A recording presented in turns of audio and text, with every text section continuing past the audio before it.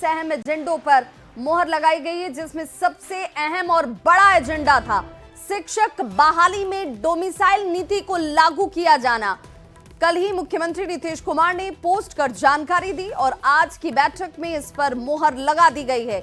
यानी अब बिहार के पास मैट्रिक और इंटर के छात्रों को शिक्षक बहाली में प्राथमिकता हासिल होगी। बिहार राज्य विद्यालय नियुक्ति में 100% में 84.4% आरक्षण जो है वो लोगों को हासिल होगा।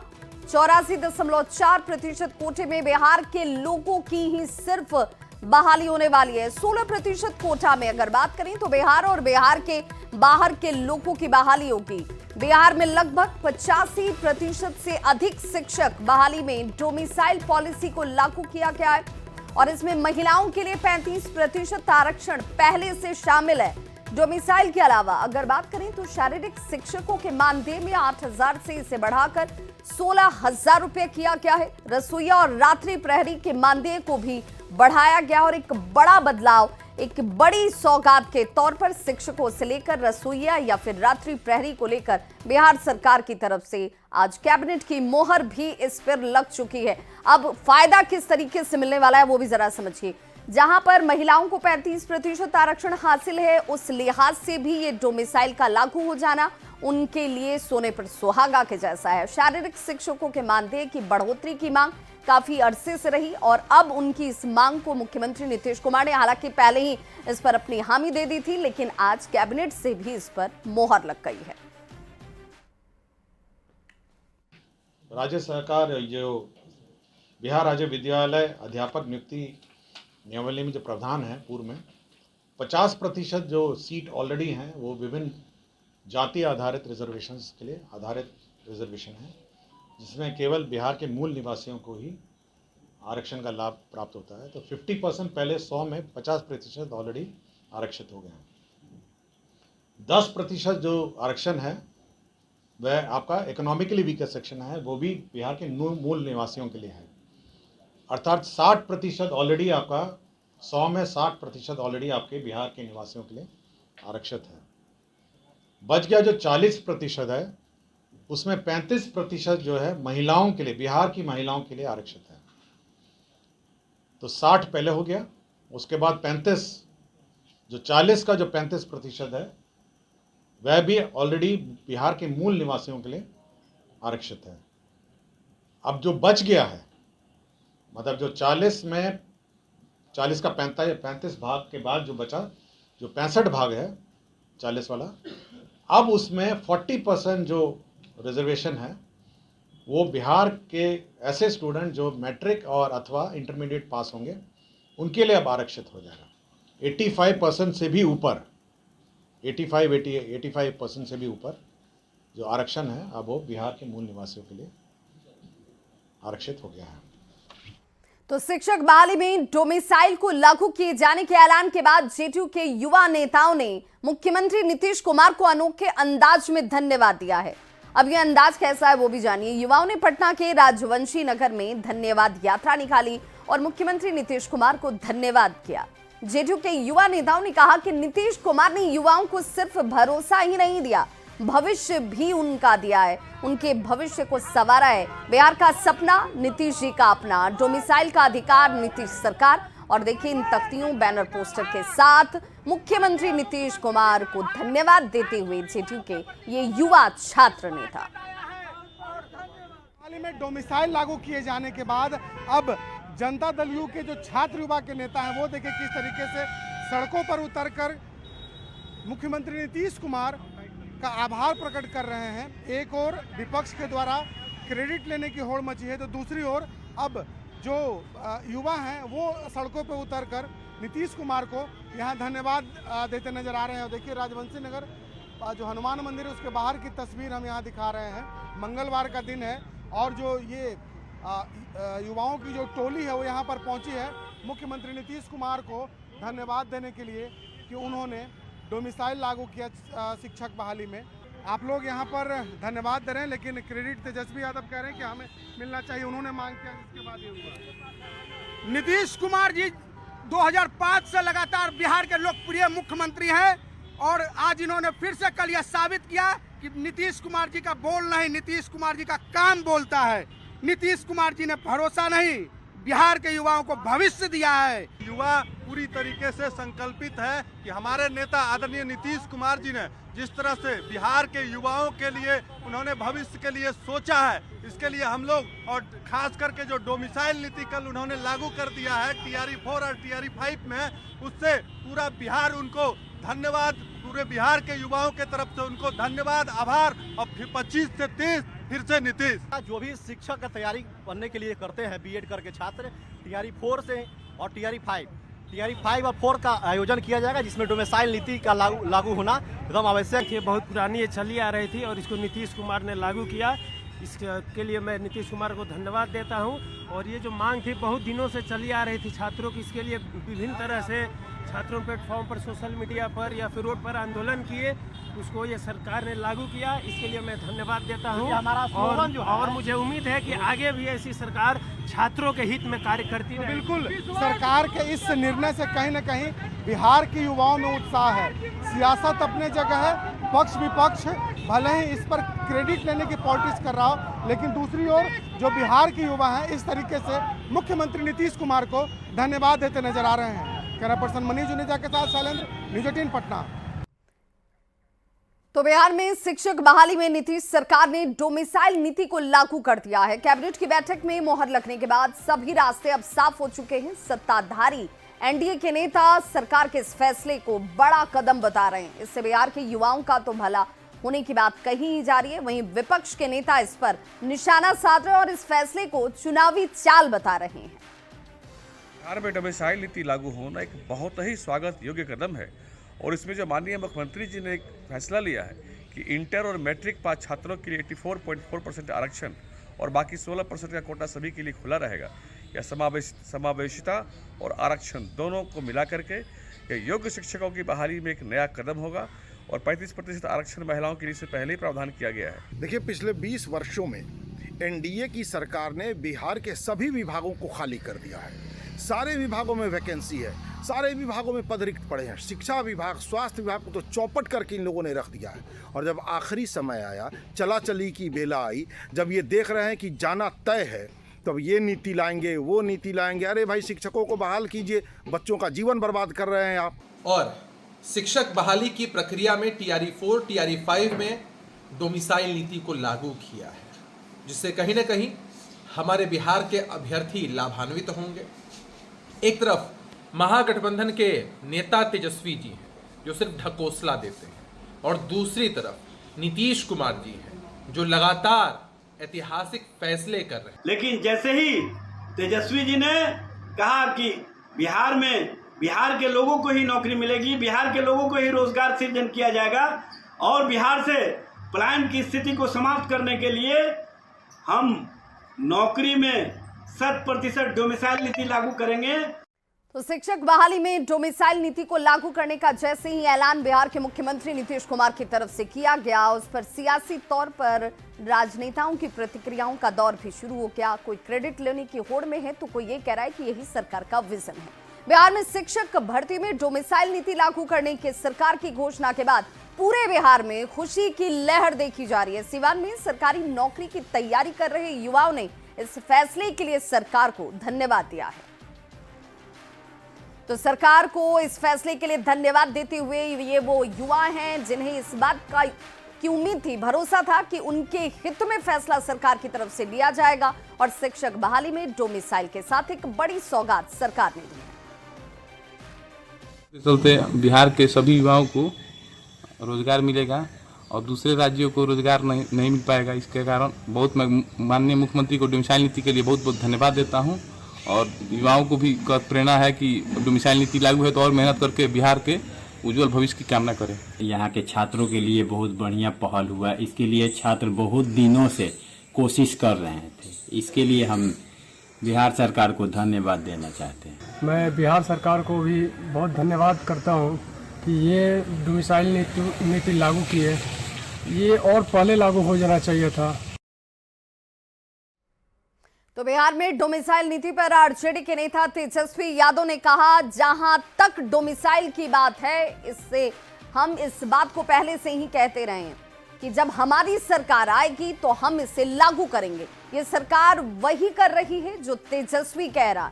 आने वाले दिनों में आप देखना, वे माई बहन मान योजना की भी कॉपी करेंगे। उनके पास अपना कोई विजन या फिर रोड मैप नहीं है। तो तेजस्वी यादव की तरफ से कहा गया कि सरकार की तरफ से जो ताबड़तोड़ फैसले लिए जा रहे हैं, ये वही फैसले हैं जिसका दबाव विपक्ष बना रहा है। ये वही फैसले हैं जिसके लिए विजन तेजस्वी यादव की तरफ से दिखाए गए थे और इसीलिए सरकार बाध्य होकर ये फैसले कर रही है। और ये सब कुछ हमारी सोच का नतीजा है, हमारे दबाव का नतीजा है। वोट में चैलेंज है, लेकिन अब ये सरकार जो है इसने किया है सरकार ने, लेकिन अभी देखते हैं कि क्या इम्प्लीमेंटेशन है, उसका स्वरूप देखा जाएगा। लेकिन एक बात तो स्पष्ट हो गई है कि जो विपक्ष जो तेजस्वी कह रहा है, चाहे फ्री बिजली का हो, चाहे आपका युवा आयोग का हो, और भी कई ऐसे उदाहरण हैं जो सरकार ने जो है कॉपी किया है, पेंशन का हो, हर चीज़ जो है जो हम लोग कह रहे हैं वही नोटी यात्रा जो है स्थगित कर दी गई है आप लोगों की महागठबंधन की। हाँ, शिबू सोरेन के देहांत के बाद जो शेड्यूल में थोड़ा बदलाव जो है वो लाया गया है। तो बिहार में शिक्षक बहाली में डोमिसाइल लागू कर नीतीश कुमार ने एक बड़ा सियासी धमाका कर दिया है, जिससे विपक्ष की बेचैनी इस वक्त बढ़ी हुई नजर आती है और नेता प्रतिपक्ष तेजस्वी यादव ने इस पर क्रेडिट लेना शुरू कर दिया है। ऐसे में तेजस्वी की क्रेडिट पॉलिटिक्स पर जुबानी जंग तेज हो गई है। सत्ता पक्ष और विपक्ष के नेता एक दूसरे पर वार और पलटवार कर रहे हैं। जो क्रेडिट की बात है तो इसका क्रेडिट किसी को नहीं मिलने वाला है और विपक्ष को किस लिए मिलेगा। जिस समय इनको 15 साल मौका मिला था तो यहाँ के युवाओं को पलायन करना पड़ा, यहाँ के व्यवसायियों को पलायन करना पड़ा, यहाँ के मजदूरों को पलायन करना पड़ा। और अब जो है घोषणा करने पर जो नेता या विपक्ष इतना घमंड कर रहा, इतरा रहा है, अगर एक बहाली अगर ये अपने समय में किए हो रहते तब कितना इतराते, ये सोच सकते हैं। ये सिवाय बोलने का और झांसा देने का, झूठ बोलने का, जंगल राज फैलाने का काम करने के अलावा इन्होंने कभी कुछ किया ही नहीं। विपक्ष के नेता तेजस्वी यादव जी को यह भान हो चुका है कि आगामी विधानसभा चुनाव में जनता उनको धूल चटा देगी और मुख्यमंत्री बनने का उनका सपना सपना ही रह जाएगा। यही कारण है कि सरकार द्वारा जनहित में लिए गए लोक कल्याणकारी और ऐतिहासिक फैसले पर वह प्रसन्नता जाहिर न कर उसका श्रेय खुद लेने के लिए अपने फैसले की नकल बता रहे हैं। ये जो नकल वाली सरकार है, ये कहीं ना कहीं अब तेजस्वी जी के बातों के पीछे पीछे चलने के लिए मजबूर हो गई है। तेजस्वी जी की जो भी योजनाएं थी, जो भी कार्य उन्होंने करने का वादा किया था, उस कार्यों के पीछे डबल इंजन सरकार चलने के लिए मजबूर हो गई है। तब खुलती है जब इंडिया गठबंधन सार्वजनिक मन से बिहारियों की नौकरी में प्राथमिकता देने की बात कहती है, डोमिसाइल नीति लागू करने की बात करती है, बिहार के युवाओं को सशक्त करने की बात करती है, तो वो उनकी आंखें खुलती है और वो नकलची बंदर की तरह हमारी घोषणाओं को, इंडिया गठबंधन की घोषणाओं को चुराते हैं और उसकी घोषणा करते हैं। तो बिहार में डोमिसाइल लागू होने पर जेडीयू के वरिष्ठ नेता केसी त्यागी ने इसे क्रांतिकारी बदलाव बताया। उन्होंने कहा कि केंद्रीय बजट से बिहार की दशा और दिशा दोनों ही बदल गई है। बिहार के लिए बहुत बड़ा प्रावधान किया गया है। पिछले 2 महीने में बहुत सारे क्रांतिकारी परिवर्तन हुए हैं। एक तो डोमिसाइल के जरिए जो स्थानीय युवक हैं वो बड़े रोजगारों के हकदार बन जाएंगे, जो एक क्रांतिकारी परिवर्तन बिहार के विकास के लिए होगा। दूसरा, कोई वर्ग नहीं है, शिक्षक हों, जीविका वाले हों और वर्ग के लोग हों, जिनके लिए रोज नए मानदेय तय न किए जा रहे हों। आज बिहार प्रगति पथ पर है और इसका श्रेय एनडीए की सरकार को और इसके मुखिया को जाता है, लेकिन केंद्र सरकार की मदद के बगैर ये सब संभव नहीं हो सकता। नीतीश कैबिनेट ने आज की बैठक में एक और बड़ा फैसला लिया है। जी हां, बिहार के बाहर रह रहे कामगारों और आम नागरिकों को पर्व और त्योहार के दौरान घर लाने के लिए सरकारी खजाना खोल दिया गया है।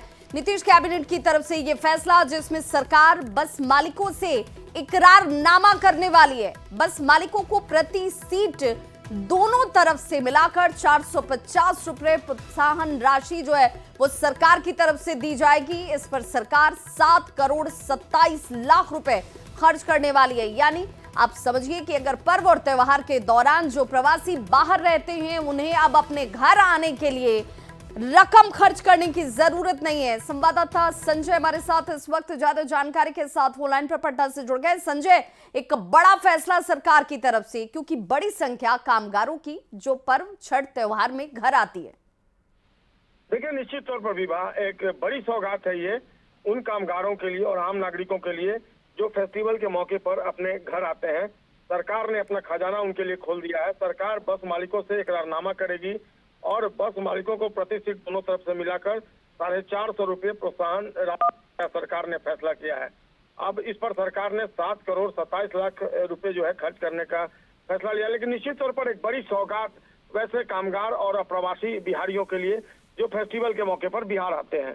विवाह बिल्कुल संजय, आप हमारे साथ बने रहिए। अपने दर्शकों को एक और बड़ी खबर के साथ इस वक्त हम जोड़ते हैं, जहां पर इस वक्त एक और बड़ी खबर मोकामा फायरिंग मामले से जुड़ी हुई आ रही है। फायरिंग मामले में अनंत सिंह को बेल मिल गई है। पंचमहल फायरिंग केस में ये बेल मिली है और मोकामा फायरिंग मामले पर यह बड़ी खबर आती हुई केस में उन्हें ये बेल हासिल हो गई है। जेल से बाहर आने का रास्ता अब अनंत सिंह का साफ हो गया है। आपको बताते चले कि सिर्फ एकमात्र इसी केस को लेकर अनंत सिंह जो हैं वो जेल में थे और अब बेल हासिल हो चुकी है। संजय हमारे साथ लगातार जुड़े हुए हैं। संजय, इंतजार अनंत सिंह की तरफ से भी इसी बेल का किया जा रहा था।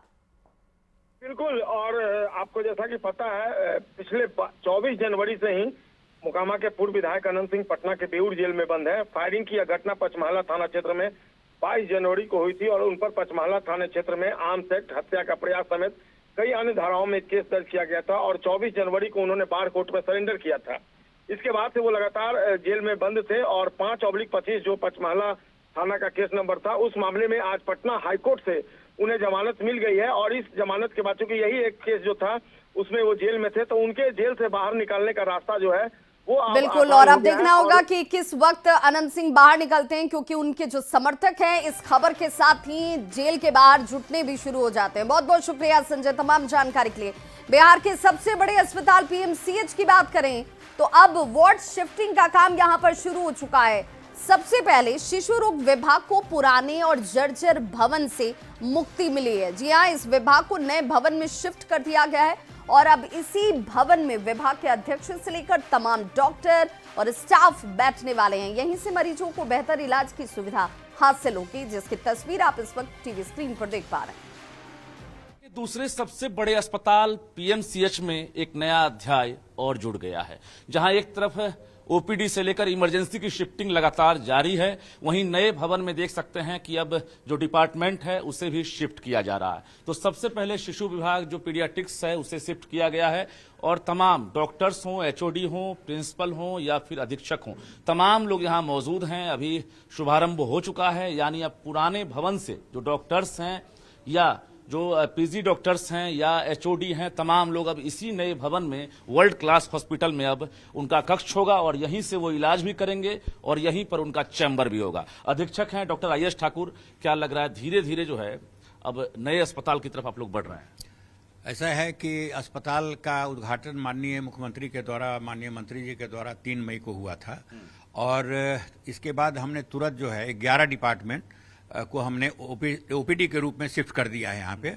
और जहाँ तक पीडियाट्रिक्स का आज जो हम शुभारंभ कर रहे हैं, डिपार्टमेंट का यहाँ ला रहे हैं, इनका जो निक्कू पिक्कू इमरजेंसी है, हो सकता है कि बहुत जल्दी ले आवेंगे, क्योंकि एलएनटी हमको अगर कुछ बाकी है वो दे देगा तो बहुत जल्दी वो भी शिफ्ट कर लेंगे। ऐसा है कि माननीय मुख्यमंत्री जी के जो विजन है उन सपनों को हम लोग साकार करने में अग्रतर लगातार बढ़ते जा रहे हैं।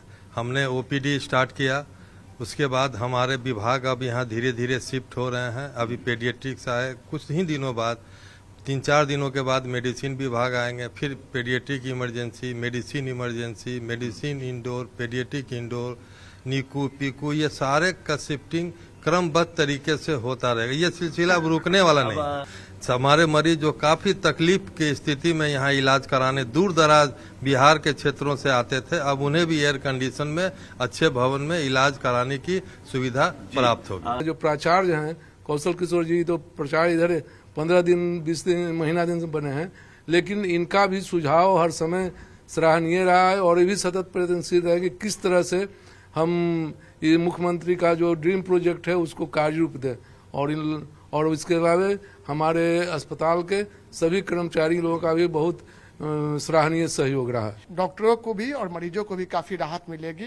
शिशु विभाग के लिए ऐतिहासिक दिन है कि हम नए भवन में आज शिफ्ट कर रहे हैं और हम हो सकता है कि और अधिक से अधिक बेहतर सेवाएं देने में हम सक्षम हो पाएंगे सारे मरीजों को। बिल्कुल, तो देख सकते हैं यहाँ पर जो एचओडी का चैम्बर है, ये जरा हम कैमरे की नज़र से आपको दिखा दें कि देखिए कॉरपोरेट लुक लग रहा है। यानी पीएमसीएच जो बिल्डिंग आप कल तक देखा करते थे, जहां मरीज इलाज कराने के लिए पहुंचते थे, लेकिन अब नए भवन में मरीजों का इलाज भी होगा, डॉक्टर्स की ड्यूटी भी लगेगी और डॉक्टर्स का चैम्बर भी होगा। तो कहीं ना कहीं शुरुआत हो चुकी है और बारी बारी से अलग अलग जो डिपार्टमेंट है उसे इसी नए भवन में शिफ्ट किया जाएगा, जिसको लेकर तेजी से तैयारी चल रही है। कैमरामैन दीपक के साथ रजनीश कुमार, न्यूज 18 पटना। तो इस बुलेटिन में बस